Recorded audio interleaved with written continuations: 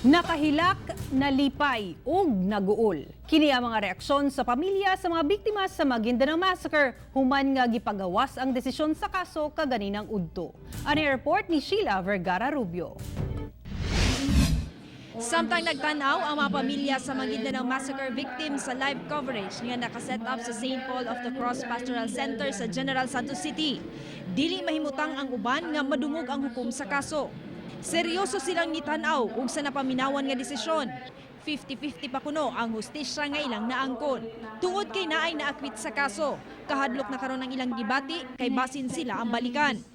Sigon sa mga kabanay nga sangnit kinabuhi man ang gikuha sa mga kumbiktado sa mga nabiktima, kinabuhi usab kuno ang kabayaran. Sa kabahin sa National Union Journalists of the Philippines, ilang gi-welcome ang partial justice nga gihatag sa korte. Ug magpadayon gihapon sila sa pagbantay ug pagtabang sa mga pamilya sa Maguindanao Massacre hangtod nga makabot nila ang tinuuray nga hustisya. Samtang sa mismong birthday ni Santos Gatchalian Jr., ang reporter sa Mindanao Gazette nga usa sa 58 ka biktima, naatol ang promulgasyon. Malaumon ang daan ang kamagulangang anak ni June Gatchalian nga matuldukan na ang ilang pag-anto sa paghulat nga mahatagan og hustisya ang mga biktima sa massacre.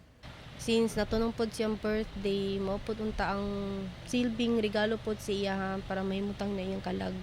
Dili lalim ang giagian sa pamilya Gatchalian, ilabi na nga nawadan sila og padre de pamilya apan pinaagi sa pagtinabangay. Professional na karon ang upat ka mga anak.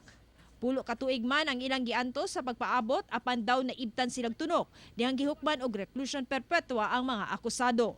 Ako maingon ng ma'am kay ang Ginoo lang bahala sila ma'am, pero ang pasaylo di na may kuan gud ma'am, di mo gihapon makalimtan tong nahitabo gud sa among papa kay wala man gud choice sala niya, na-appeal siya. Nya dagang pagplano akong ang among papa sa amo ma'am. Kauban si Bebot Kahes sa kamera, ako si Sheila Vergara Rubio para sa One Mindanao.